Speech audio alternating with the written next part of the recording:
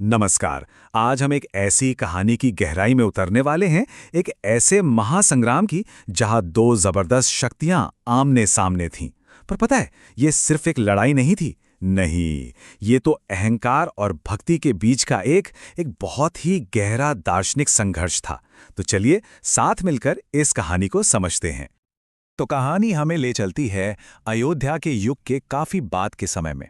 ये वो दौर था जब सही और गलत, मतलब धर्म और अधर्म की जो लकीरें थीं, वो थोड़ी धुंधली होने लगी थीं। और इसी माहौल में हिमालय की शांत गोद में एक महायोगी अपनी तपस्या के शिखर पर थे। और जानते हैं, ठीक यहीं से पूरे ब्रह्मांड का संतुलन खतरे में पड़ गया। तो ये महायोगी थे कौन? ये थे सिद्ध योग के आचार्य महायोगी मच्छिंद्रनाथ। अब ये सिद्ध योग क्या है, समझिए। ये योग की वो ब्रांच है जिसमें साधना करके सिद्धियां यानी कि अलौकिक शक्तियां, सुपरनैचुरल पावर्स हासिल की जाती हैं। और मच्छिंद्रनाथ की तपस्या, अरे वो इतनी जबरदस्त थी कि प्रकृति के पांचों तत्व उनके कंट्रोल में थे, उनके वश में थे। पर एक बात हमेशा याद रखनी चाहिए, जब शक्ति का मकसद ही भटक जाए ना, तो वही शक्ति विनाश का कारण बन जाती है। हुआ ये कि मच्छिंद्रनाथ ने अपनी कठोर तपस्या से प्रकृति पर तो पूरा कंट्रोल पा लिया था।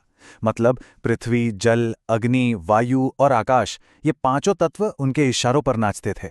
लेकिन इसी बेहिसाब शक्ति के साथ उनके मन में एक ऐसा ख्याल आया जिसने पूरे ब्रह्मांड को हिलाकर रख दिया। शक्ति के साथ साथ एक बहुत छोटा सा पर खतरनाक अहंकार भी जन्म ले रहा था। और यही था वो ख्याल, अगर मैं पंच तत्वों को कंट्रोल कर सकता हूं, तो फिर ये पूरा का पूरा ब्रह्मांड भी तो मेरा ही आदेश मानेगा। बस यहीं पर तपस्या का जो लक्ष्य था, वो सेवा से हटकर स्वामित्व पर आ गया। और यहीं से प्रलय की शुरुआत हुई। जैसे ही मच्छिंद्रनाथ के मन में अहंकार जागा ना, प्रकृति ने फौरन विनाश के संकेत देने शुरू कर दिए। आसमान में काले काले बादल गरजने लगे, समंदरों में भयानक तूफान उठने लगा और खुद धरती में दरारें पड़ने लगी। ये सब क्या था? ये योगी के अंदर के असंतुलन का बाहर की दुनिया में रिफ्लेक्शन था। यहां ये साफ दिखता है कि कैसे असीम शक्ति भी अगर सही दिशा में ना हो तो कितनी विनाशकारी हो सकती है। इस महाविनाश को अपनी आंखों के सामने होता देख देवता भी डर गए। उन्हें यह एहसास हो गया कि वो इस शक्ति को रोक नहीं सकते। तब अपनी आखिरी उम्मीद के साथ उन्होंने एक ऐसे नायक की ओर देखा जो धर्म की स्थापना के लिए ही जाने जाते थे। सारे देवताओं ने मिलकर श्री राम के परम भक्त महावीर हनुमान से गुहार लगाई। उन्होंने कहा, प्रभु हनुमान, मच्छिंद्रनाथ की तपस्या अब तपस्या नहीं रही, वो विनाश बन चुकी है। सिर्फ आप ही उन्हें रोक सकते हैं और इस सृष्टि को बचा सकते हैं। अच्छा, अब जरा यहां पे रुकते हैं। ये बहुत जरूरी है क्योंकि यहीं पर इस पूरी कहानी का ना सार छिपा है। देखिए, एक तरफ थे मच्छिंद्रनाथ। उनकी शक्ति कहां से आई?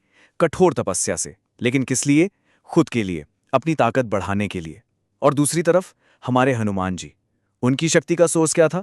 निस्वार्थ सेवा और अपने प्रभु श्री राम के लिए अटूट भक्ति। तो ये शक्ति पाने के दो बिल्कुल बिल्कुल अलग रास्ते थे।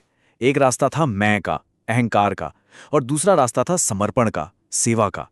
एक का मकसद था सब कुछ हासिल करना और दूसरे का सबकी रक्षा करना। देवताओं की पुकार सुनते ही हनुमान जी ने अपनी आंखें खोली और ऐसी गर्जना की कि दिशाएं कांप उठीं।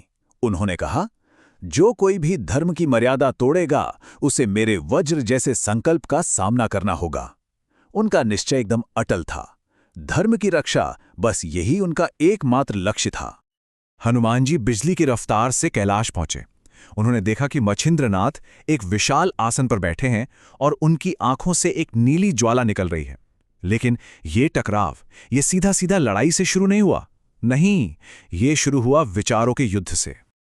हनुमान जी ने पहले उन्हें समझाने की कोशिश की। कहा, योगीश्वर, तपस्या का उद्देश्य सृष्टि की रक्षा करना होता है, उसका विनाश करना नहीं। इस पर मच्छिंद्रनाथ जोर से हंसे और बोले, विनाश और सृजन तो एक ही सिक्के के दो पहलू हैं। जब तक पुराना मिटेगा नहीं, नया जन्म कैसे लेगा? ये उनके अहंकार का दिया हुआ तर्क था। जब बातों से कोई हल नहीं निकला तो मच्छिंद्रनाथ ने अपनी त्रिधारा शक्ति यानी जल, अग्नि और वायु की मिलीजुली विनाशकारी शक्ति को पृथ्वी पर छोड़ दिया। लेकिन हनुमान जी भी तैयार थे। उन्होंने गजब का कौशल दिखाया। अपनी विशाल गदा से वायु को रोक दिया, अपनी पूंछ से अग्नि को बांध लिया और अपने प्राण बल से, अपनी लाइफ फोर्स से जल को शांत कर दिया।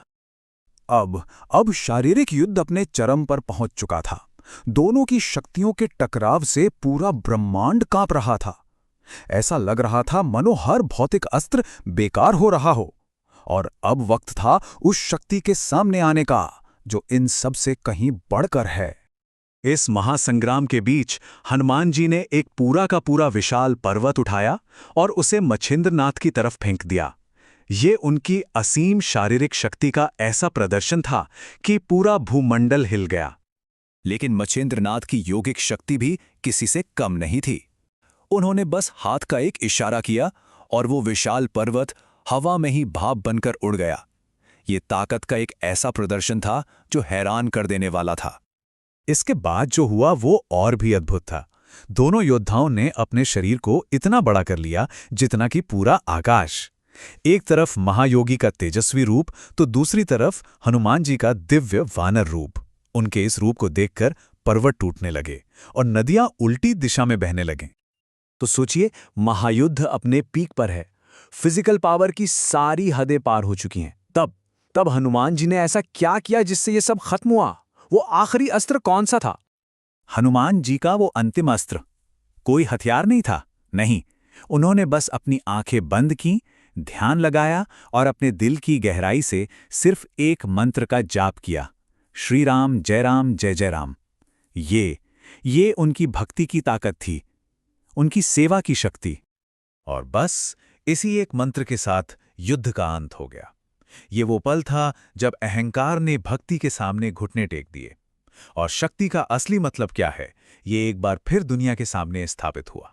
हमें ये समझना होगा कि ये लड़ाई बाहर नहीं हो रही थी। ये दो योद्धाओं के बीच की लड़ाई थी ही नहीं।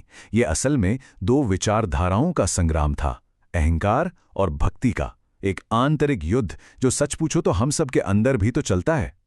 राम नाम के उस मंत्र की शक्ति ने मच्छिंद्रनाथ की आंखों से अहंकार का पर्दा हटा दिया। उन्हें अपनी भूल का एहसास हुआ और वो रो पड़े। उन्होंने कहा, मैं तो भूल ही गया था कि शक्ति का उद्देश्य सेवा करना है, उसका मालिक बनना नहीं। और जैसे ही मच्छिंद्रनाथ ने अपना सिर झुकाया, प्रकृति एक बार फिर से शांत हो गई। धरती पर रोशनी फैल गई, नदियां शांत हो गईं और देवताओं ने स्वर्ग से फूलों की बारिश की। ब्रह्मांड में संतुलन वापस आ चुका था। तब हनुमान जी ने मुस्कुराते हुए वो अंतिम ज्ञान दिया जो इस पूरी कहानी का निचोड़ है। उन्होंने कहा, प्रलय वही लाता है जो अपने भीतर के ईश्वर को भूल जाता है। शक्ति का असली सोर्स बाहर नहीं, हमारे अंदर है, अहंकार में नहीं। तो ये कहानी सिर्फ हनुमान और मच्छिंद्रनाथ की नहीं है। ये कहानी हमें एक बहुत ही जरूरी सवाल पर लाकर खड़ा कर देती है। हम सबके अंदर हर पल अहंकार और भक्ति का एक युद्ध, एक संग्राम चलता रहता है।